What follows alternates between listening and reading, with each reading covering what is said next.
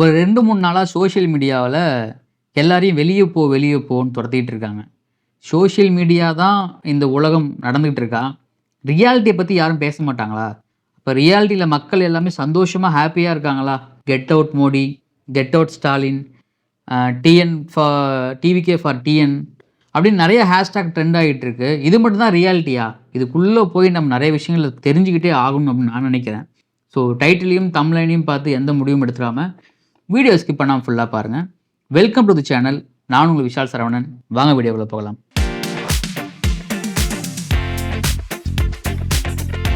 Daily videos, daily அப்டேட்ஸ்க்கு மறக்காம நம்ம சேனலை சப்ஸ்கிரைப் பண்ணி பெல் ஐக்கானை கிளிக் பண்ணிக்கோங்க. ஒரு 2, 3 நாளா இந்த எக்ஸ் தளத்துல சோஷியல் மீடியாவில் பார்த்தீங்கன்னா, இந்த ஹேஷ்டேக் ட்ரெண்ட் பண்ணுறத அப்படி ட்ரெண்ட் பண்ணிட்டோம்னா நம்ம வெற்றி பெற்று விட்டோம்.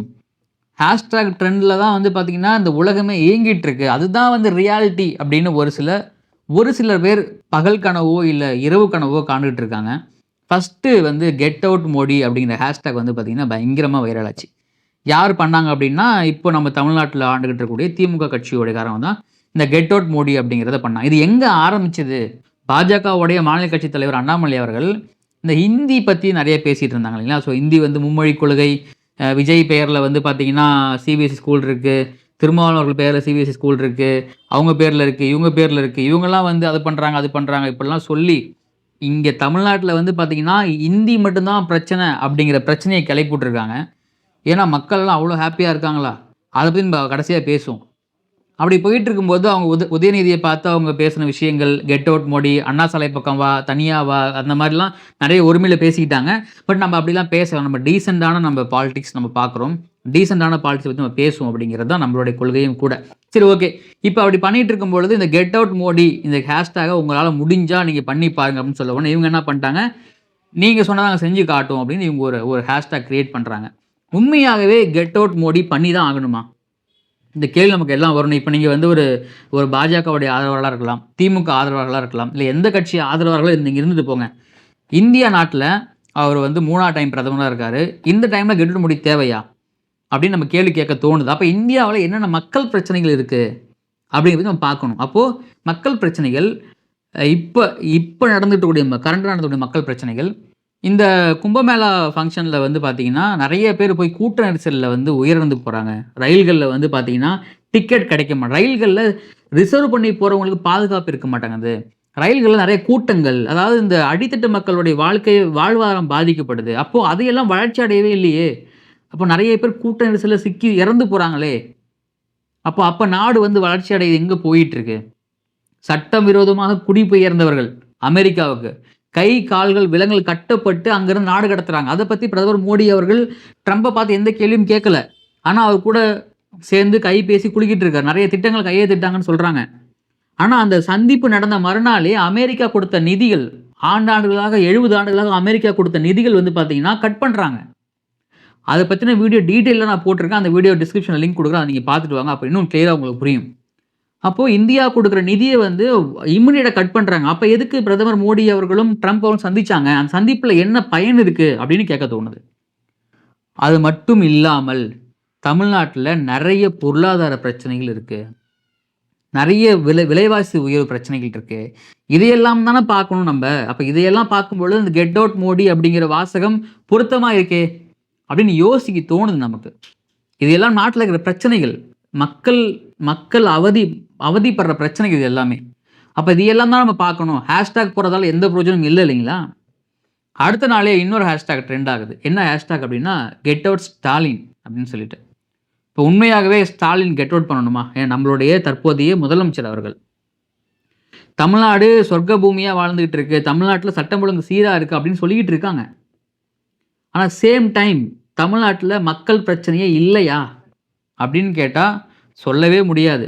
ஏன்னா நம்ம பிரச்சனைகளை அடுக்கிக்கிட்டே போகலாம். அவ்வளோ பிரச்சனைகள் இருக்குது.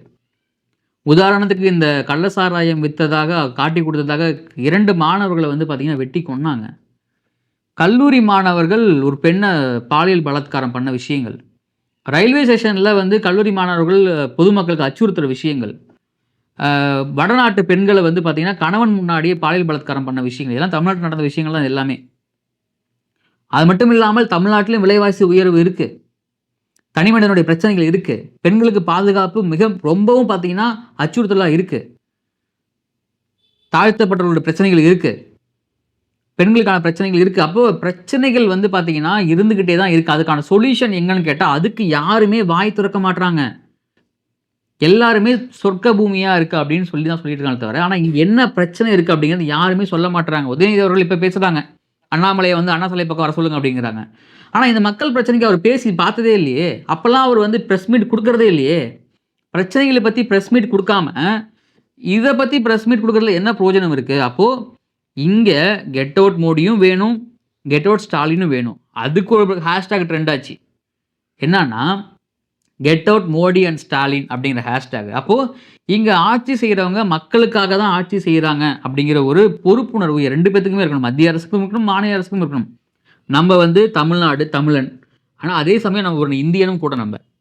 அப்போது ரெண்டு பிரச்சனையும் நமக்கு தேவை. அப்போது இந்த இந்த பிரச்சனையெல்லாம் மூடி மறைச்சிட்டு அப்போது நீங்கள் பண்ணுற அந்த மொழி அரசியல், நீங்கள் பண்ணுற இந்த மத அரசியல், இதையெல்லாம் கொண்டு ஓரமாக வைங்க.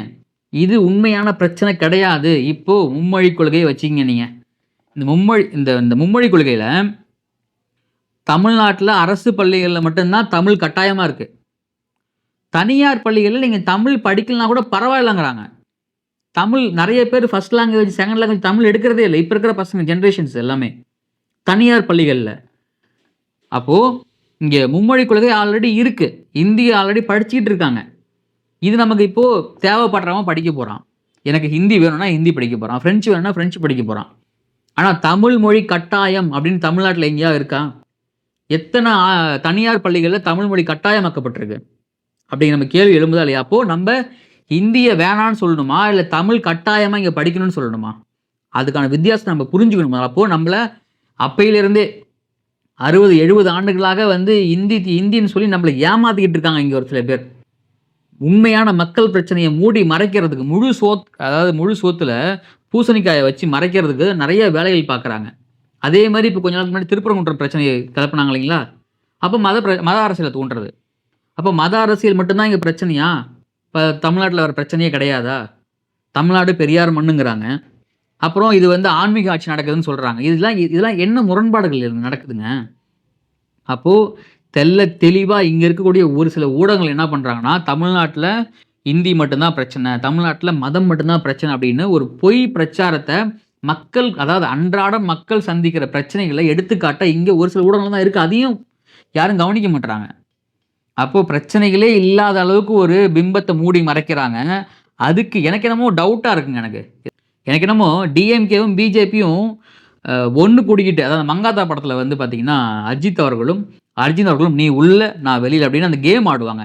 அந்த கேமோட எண்டில் என்னன்னு தெரியும்னா 2 பேரும் வந்து உள்ளே வந்து பார்த்தீங்கன்னா மறைமுகமாக வந்து ஃப்ரெண்ட்ஷிப் வச்சுருப்பாங்க.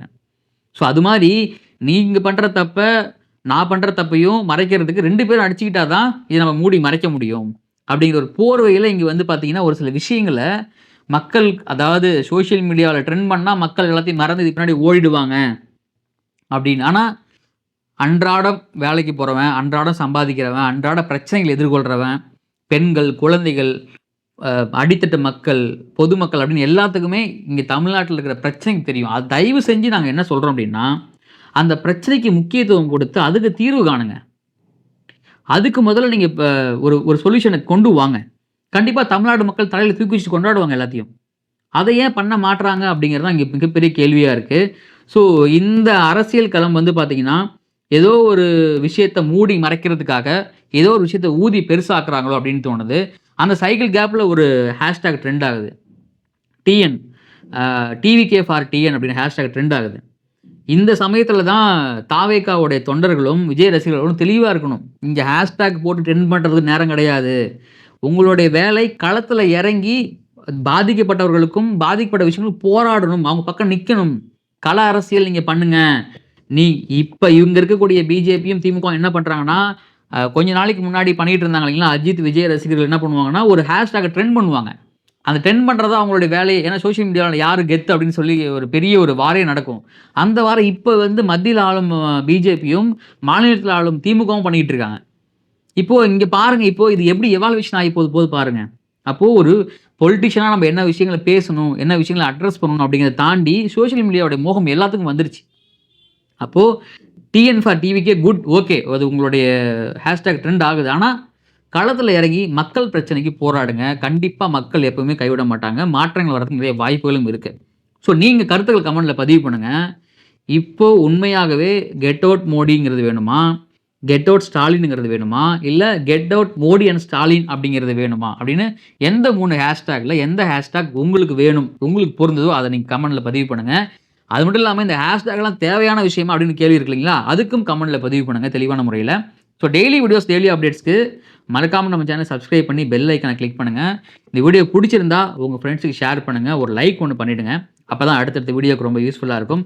ஸோ நான் உங்கள் விஷால் சரவணன். நன்றி, வணக்கம்.